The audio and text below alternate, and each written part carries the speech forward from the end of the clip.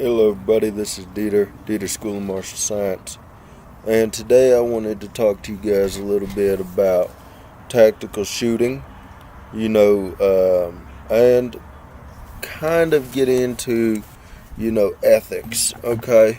So, we've covered a lot about use of force, the legalities, how that kind of changes state to state, but the spirit of the law regarding self-defense stays the same. When it comes to guns, on the other hand, that really differs state to state what they consider a justified shooting.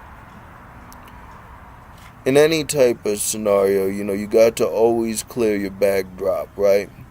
Bullets don't stop with the first target.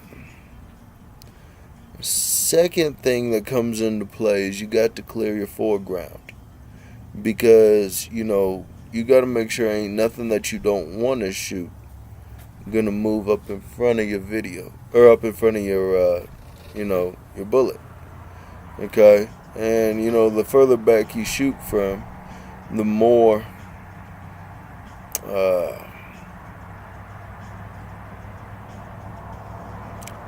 you got to deal with that possibility of something moving in front of your bullet, because the hang time is longer from when it's fired from the muzzle to when it impacts the target.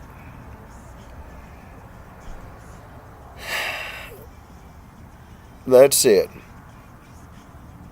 If you're going to use a firearm to defend your life or the life of your loved ones, two things come into play. The first one is you've determined it's justified, obviously, right?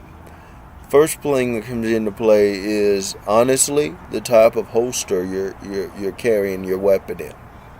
Okay? Different holsters have different properties. Some of the most common ones you're going to see are made out of either leather or black polycarbonate plastic known as Kydex. Now, they also have some nylon, some cloth ones that I've seen, especially for inside the waistband carry type of things. I've seen some belly bands and some t-shirts and stuff and tank tops that have been fitted out to contain a holster. What you should understand is anything like a t-shirt or a belly band you should avoid, because it's going to add 2 seconds to your draw. Okay? Because it's soft, because it's form-fitting, when you go for the gun, you got to pull against the material that's holding it, that's retaining it. Okay? So you should avoid those like the plague. The nylon holsters that I see from like Uncle Mike's and stuff, I've had them. They're cheap, they'll keep your gun in your pants, but by all means, they are some of the shittiest things you can ever speed draw from. The other thing you got to worry about is front sight drag, right? So a lot of people, when they go to clear a holster, my gun's in the holster, right? A lot of people, when they go to clear, they pull straight up or they pull at an angle, okay? That's normal, okay? Rookie shooter, they pull at an angle.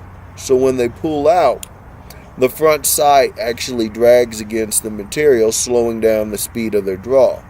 An experienced gunman, they pull straight up, and then they level out once the barrel clears. Straight up, level out, okay?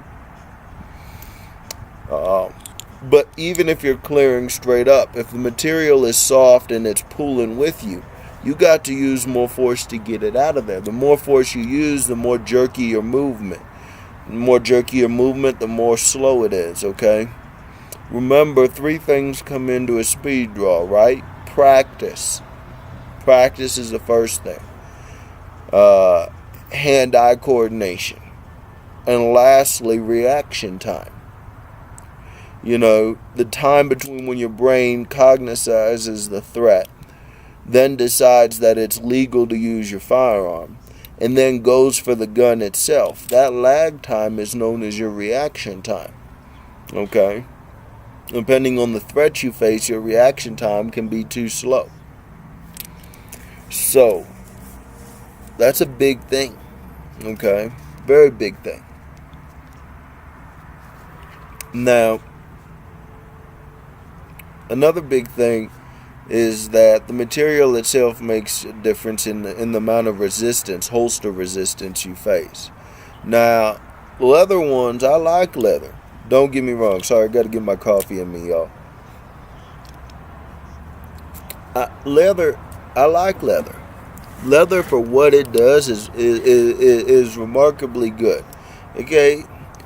But you got to break it in just like you a new set of shoes or a new jacket or new boots.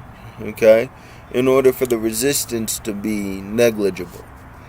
Kydex is by far the best, especially for a rookie gunfighter, because Kydex, no matter how much you pull on it, it's not going to drag any unless you start not pulling even and you have that front sight drag like we talked about. Now, once you get the gun out, a lot of it depends on who taught you to shoot. Okay? From what I see, the NRA and other, concealed carry schools tend to teach you to shoot using proper technique, using the Weaver stance, using the isometric stance where your hands are out forming equilateral points on a triangle to your body. Okay? In the real world, in my experience in a pistol fight, no way, that don't work. Okay, by the time you get it up to a Weaver and shit, that dude's already beating your brains out. All over the pavement, just like leaking everywhere. You got to get used to something called instinctive fire, or hip fire, where you point the muzzle where you want the bullet to go and you squeeze the trigger. This helps you for another thing that we'll get into later called weapons retention. If your gun is all the way out here in a Weaver, okay, it's easy for somebody to take it from you. If your gun is, sitting there and it's tight to your body and you're shooting like this, it's harder to take that son of a gun from you. It's not that it's impossible, it's just harder. Okay? So, a lot of that depends on who taught you to use a pistol. Okay? There's only one way to get good at instinctive fire. And that's practice, practice, practice. You're going to have to dump a lot of rounds downrange to get good at it. But when you do get good at it, you'll be a more lethal combatant because of it. Now, there's another method of gunplay that comes into play that I teach my students.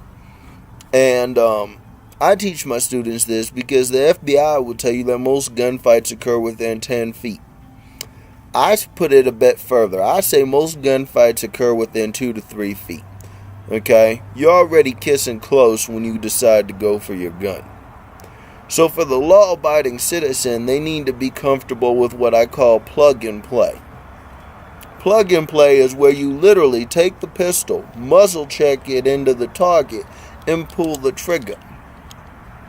Plug and play is very useful for close quarter gunfight because you're using the pistol as you would a punch. Okay? The same technique you use to punch somebody is the same technique you're going to use to shoot him.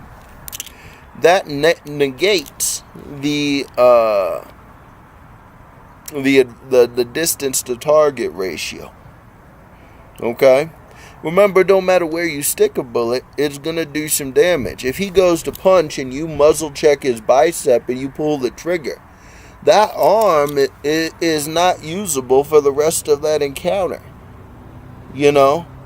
So don't get caught up when you're using plug and play gunfighting on, I need a good 10-ring torso shot. No, the fuck you don't. A bullet in his arm took the fight right up out of him. Trust me on that. Okay?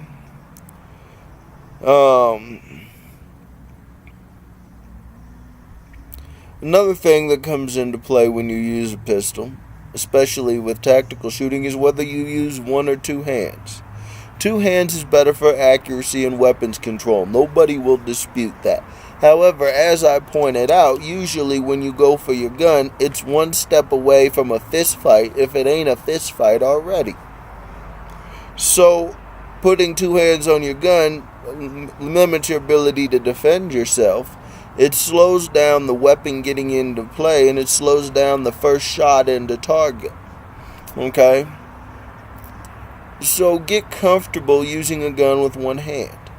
Another thing that I've noticed is that people don't know and they don't get taught how to lead a lateral moving target. Okay? In a gunfight, things aren't static. Okay? When you're running and gunning, when you're doing a running gun, okay, your movement is usually either parallel or vertical to your target. Okay, if they're moving side to side, you're moving forwards, and if they're moving forwards, you're moving side to side. Okay, if you're in the running gun scenario, you're moving cover to concealment. I don't know if y'all can see, behind me is a window. That ain't shit. But over here is a nice concrete wall that they had the decency to put in. If y'all can see, you know. So in a gunfight, my goal is to get from out of this chair and sitting at this here table and use that wall to stop bullets. Okay? At the very least, divert the trajectory. Okay? Remember, if a bullet goes through concrete, it may, depending on the size of the bullet or the distance it's fired from, go through. But it changes the trajectory. So it goes from being a good 10-ring shot to being, clipping you in the shoulder or something. Okay? The other thing plug and play does is it allows you to negate the advantage worn by somebody wearing body armor. Okay? By plug and playing, you're going right through the Kevlar, and as long as there ain't no plates in the way, the bullet is going to impact the target with terminal velocity. This particular gunfighting technique is especially useful for those of you who are going up against an armored target. Military, or, skilled crook that's smart enough to wear body armor for you law enforcement types.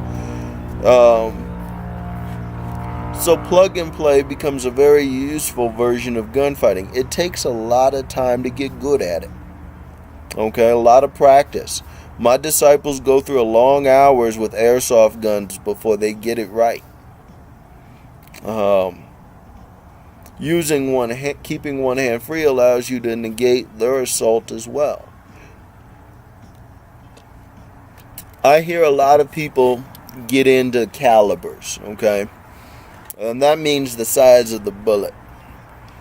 One of the things that pisses me off when people talk about that shit is 9 times out of 10, the person who's talking about it has never actually shot somebody before.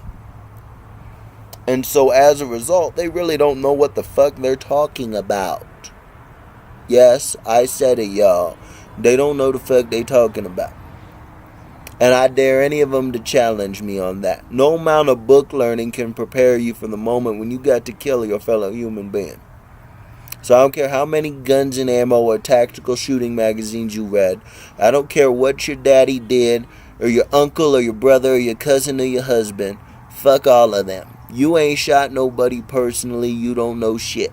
So keep your mouth shut for those of us who have busted our cherry. Listen and learn.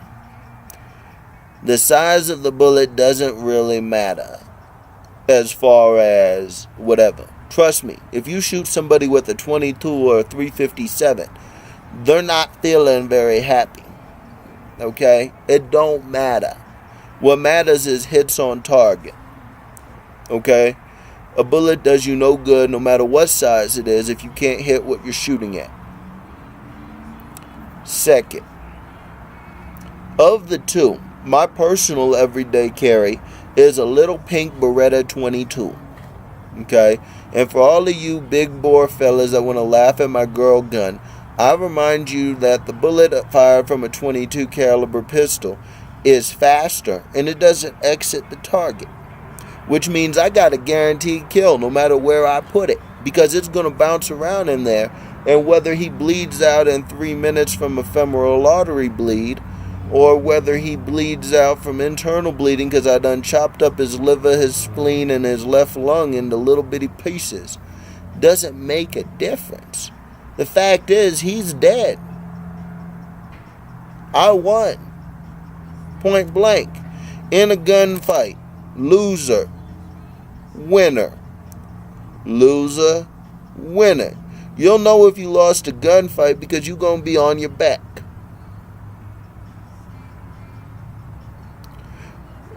I don't care how you get here, but your ass better be here. I don't care if you had to hit him several times in the head after whatever. No, don't care. Stay here. In a gunfight, the stakes you're playing for, you can't fight fair. Only thing you can do is not end up here by whatever works. Okay? Second, there's a reason cops carry 9mm and 40 cal. It's because a cop's job is to get you in front of a judge. And frankly, being shot by a 9mm or a 40 cal give you the best chance of surviving the gunshot wound. I mean, granted, you get to qualified medical help in the next 15 minutes. That's because the bullet exits the body. So the only damage it does is what it hit on the way through. Now, correct me if I'm wrong, who here has seen somebody living with an amputee? Just because somebody blew your femoral artery out don't mean you're going to die. They can cut that leg off and seal it if you get to a hospital in time. So, big caliber doesn't mean shit because it's going to blow right through your target. So yeah, you won the gunfight. He's not thinking about shooting you now that he has a couple of rounds in him. But, you know, depending on how it goes, you could have a legal battle on your hands. I'm not a fan of legal battles. I don't want to have to justify what I've done. It's easier for me if there's only one side of the speaking to the grand jury, and that's my side. So if I have to shoot somebody, I want them dead. So that way I ain't got to fight their ass in court. Hell, I'm black, or part black. That means that when I go in front of the judge, I'm already guilty. So I'd just as soon have just me talking to him. So, I'm sorry, this is a hot button topic because some idiot was just telling me all about shit that he didn't know what he was talking about. Point being, either pick a small caliber round or a really big caliber like a 45 ACP. So that way your target is dead. Dead. You shoot somebody, you want them to be dead. Another thing, there's no safe place to put a bullet. Okay? That's something people need to think about right here, right now. There is no safe place to put a bullet. Anywhere you put a bullet, the person you shot will die. They are expected. It just depends on the amount of time. There's no bullet on the planet that won't sever a major vein or artery, no matter where you place it in the body. Okay? So the only question is, how long is it going to take them to die? Not if they're going to die, but how long. Because how long depends on whether or not EMS will be on scene in time. If you apply pressure to a femoral artery bleed and stuff, you can keep that person alive for about 6 minutes. If you don't cauterize the bleed, if you don't stop the bleeding before that 6 minutes is up, no amount of pressure is going to keep him alive. So what's more humane? Making somebody spend 6 minutes of their life waiting for EMS in a place where the response time is 12 minutes from when they get the call. Or just shooting them once in the chest and the head and being done with it. You know, he was there and now he's not. To me, that's more humane. If you guys see me on the street and you decide to shoot me, please, just kill me instantly. Don't waste time trying to shoot me in the leg and wound me. Just shoot me a couple of times in the chest and then once in the head on the way down. Okay? I'd rather be talking to St. Peter or Lucifer than be sitting here a vegetable or, you know, an amputee or paraplegic. So just send me home, y'all. Okay? That's what I think is more humane. But that's up to each individual shooter. Just remember, if they're alive, you got to explain your actions to the judge, and their story is almost definitely going to contradict yours. So it becomes who's more believable or who's less believable, and who has the better attorney. Point blank, period. And if you of color, just know you less believable the minute you walk in front of that white judge. Now, enough about that.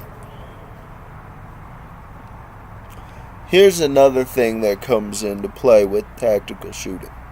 It's a mistake I see a lot of times. I hear a lot of people argue with me, well, I can't handle the big guns. That's some old bullshit, okay? I done taught my 9-year-old niece how to shoot a .45. All that matters is that you don't choke a big gun to death. Don't get a death grip on it. Hold it nice and loose like you're holding your little sister by the hand, okay? You know, the tension that comes from firing a gun is from the trigger finger moving to the web of the thumb. That's it, okay? That's the only part of your hand that needs to be tight. These other 3 fingers, these are just to keep the gun from falling forward, okay? They're loose. They don't matter. See, I can pull the trigger with just that, okay? So don't get a death grip. Don't choke your gun to death, okay? The second thing is remember to breathe. I can't tell you how many rookie gunfighters I see. They go for their gun and they forget to breathe, okay? Remember, you got to breathe normally. Relax. It's a good day. You're killing people. Again, we'll get into a little bit of different things, ballistics and whatnot, as we go along. One of the things I can tell you is don't anticipate the recoil. That was another thing I saw with my disciples. They're so busy waiting for the shot that when it gets there, they jerk the gun out of their pure surprise. You know, hum your favorite song or whatever. For me, it's the Marine hymn. A very close personal friend of mine and a mentor to me was a Marine. And so, you know, it rubbed off on me. Some of our country's best fighting men are produced out of the Marine Corps. So, my hat's off to all of them. And, you know, the Marine Corps made me the man I am today. So much respect and much love. Semper Fi. That said, hum your favorite song. I don't care what it is, even if it's Baba da Doo Babi Babu. You know, just don't anticipate the recoil. Do anything you can to take your mind off of it. Start your trigger squeeze nice and slow. Remember, slow is smooth, smooth is fast, and fast is deadly. Okay? When you start your shots, don't fight the recoil, okay? As the gun bucks up, let it buck up. You want to trace your rounds to the head anyway. So, you know, start low. I tell my students aim just above their balls and then start firing. So that way as you're dumping the mag into the target, the gun keeps going up and up and up. When you hit the head, you'll know. You'll know. Stop shooting. Your target's done. I hear a lot of people whine and bitch about excessive force. Look, here's a fun fact. If you didn't want to get shot by the police, you shouldn't have done anything they didn't tell you to before, during, and after your police contact. I can't tell you how many times I've interacted with law enforcement officers, and I have never, ever been shot by them. That's because I don't do shit unless they tell me to. They ask me for my license, insurance, and registration. I just look at them with my hands on the wheel until they tell me it's okay to reach for it. Motherfucker didn't shoot you because you was black. He shot you because you were stupid. Okay? Stupid. That's right, brothers and sisters. I'm talking to you. Okay? Y'all get shot by the police because of your error. Not law enforcement error. Yours. You was stupid. That motherfucker trying to get home. That means he don't want to take no chances with your punk ass. So, quit whining at me about Black Lives Matter. Bullshit. I got something for you. I've been in outlaw biker colors with 4 guns on me, and that's the reason the police were interacting with me in the first place, because somebody called them and told them that I was carrying a gun. And them boys arrived with their guns already out and pointed at me. And I wasn't shot. Do you know why? Because I didn't do shit until they told me to. That's right. So all you people that want to sit there and whatever, I look at these videos too. And what I see is a motherfucker moving who wasn't told to move. And in my mind, I know when I was a cop, that means that I'm not waiting to see what you moving to get. You just gonna get shot. That's it. I'd rather be wrong than be right. And carried by 12 and my wife getting a flag. Okay? That's just the honest truth. So for all of you that choose to exercise your Second Amendment rights, that's fine. Understand that a cop looks at you as an armed hostile then. No different than a soldier looks at an enemy combatant. So don't give him a reason to shoot you. I mean, everything was alright. They found out I was legal.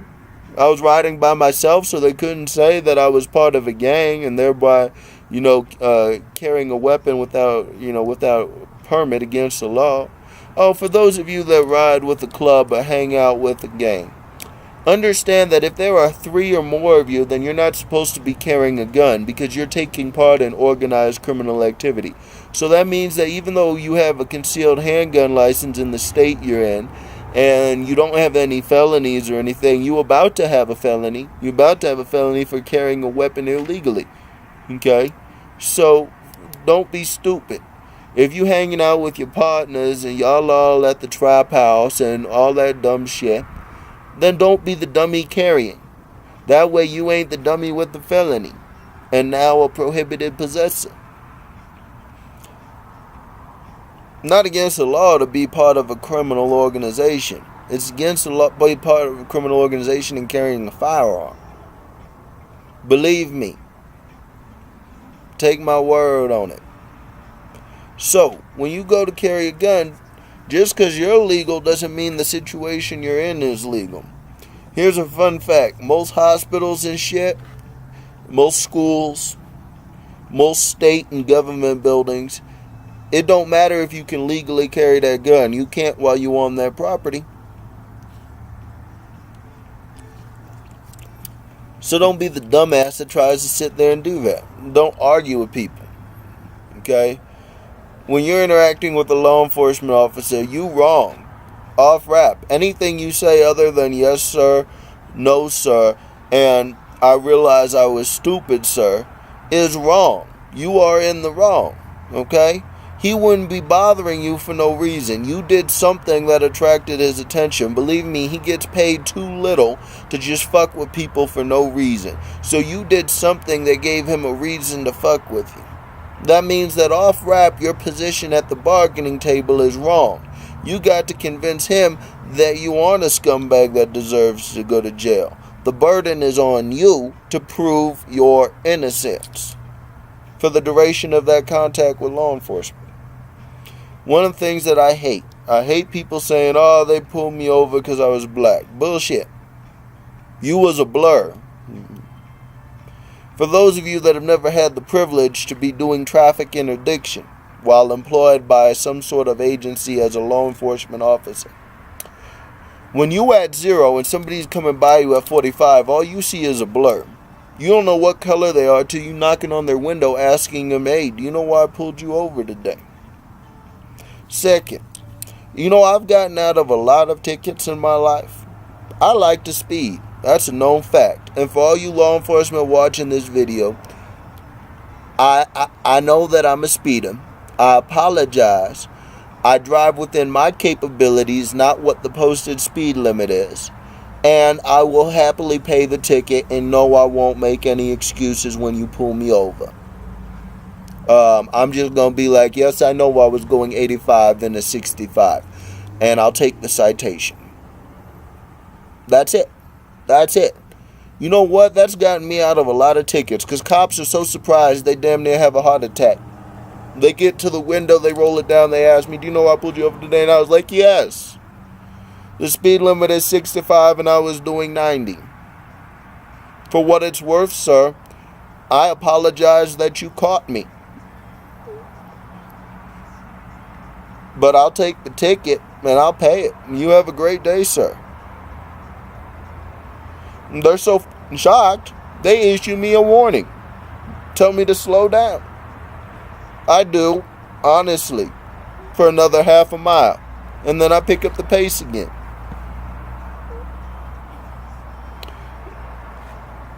So be honest. Don't sit there and play stupid. You know what the fuck you was doing. You know you was doing wrong. My dad used to tell me, a person who hasn't done anything wrong has no fear of law enforcement. So Greg Lee Dieter Sr., thank you for that bit of wisdom. Now, a person who has done something wrong have a little reason to be nervous. And then you got a whole group of people like me who feel like it's cheaper to pay the ticket than to be late to work. Because being late to work means I'm fired. And being fired means that I don't get my $400 a week. And not getting my $400 a week means that I don't pay the rent. And if I don't pay the rent, that means I don't have a wife. And divorce is more expensive than all of that combined. So, I will pay a $300, $400 ticket because I know that that's a week's pay. And that's cheaper than not being on the hook for the rest of your lease, divorce, cost of the court, alimony, and since I don't have kids, but if you do, child support.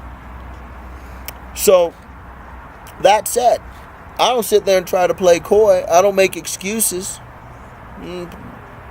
So the same thing I advise to you. Part of tactical shooting is just that, tactics. Own up to what the fuck you do, because the minute you pull back the trigger, that's your fault. And frankly, quite honestly, you fucked up. Because you should have avoided that confrontation in the first place. And you should have been able to de-escalate it before it got to a gunfight. So understand that, like I said, you're already wrong. So quit sitting there trying to be a hard ass. Trust me, you ain't tougher than 25 to life. Okay? Don't make excuses. I hate people that make excuses for shit. Do what you want to do as long as you can live with the choices you make. And understand that for every action you take, there's a potential equal or greater reaction. That comes into play when we're talking about shooting. Remember, a bullet is forever. There's no takebacks. There's no, I'm sorry, man, I shot you. Okay? A bullet is forever. So don't make any excuses. Own up to your choices and live with it. Because you could have chose not to take the shot. Okay? Tactics. Anyway, y'all, that's just all we're going to get into on Lesson 5 in the DSMS. You know, that's tactical shooting, just a little introduction. Like, share, subscribe. And to all of you that have subscribed to my channel, thank you. I really appreciate it. I'm trying to pass on the knowledge that I've learned in my life and my experiences, mainly because, I don't have children. So these videos are the closest I get to immortality. Okay? 400 years from now, somebody's going to come up and they're going to see Soke Greg Dieter, head of Dieter School of Martial Science. They're going to think, wow, that guy kind of was interesting. He knew his shit. And that's the legacy I want to leave behind me, okay? So I don't do this to promote my business. I don't really do this for sales. I don't really do this because I care that you guys like my opinion or agree with my opinion or even, are interested in the topic. I do this because I want this information out there, because once you learn knowledge, you have a duty to pass on what you've learned. I'm not saying you got to do it for free. That's why these are all intros, shorts, you know. But, you know, teaching is both the greatest responsibility and the biggest burden of any sort of intellectual pursuit. So, as always, constant vigilance, avoid confrontation if at all possible. If you do get into a confrontation, survive it. Nothing's more important than you. Okay? Each and every one of you. So, protect and preserve that life. It's worth a lot. And for all we know, we may only get the one. Alright, man. Peace and love to all of you. And pass on what you've learned.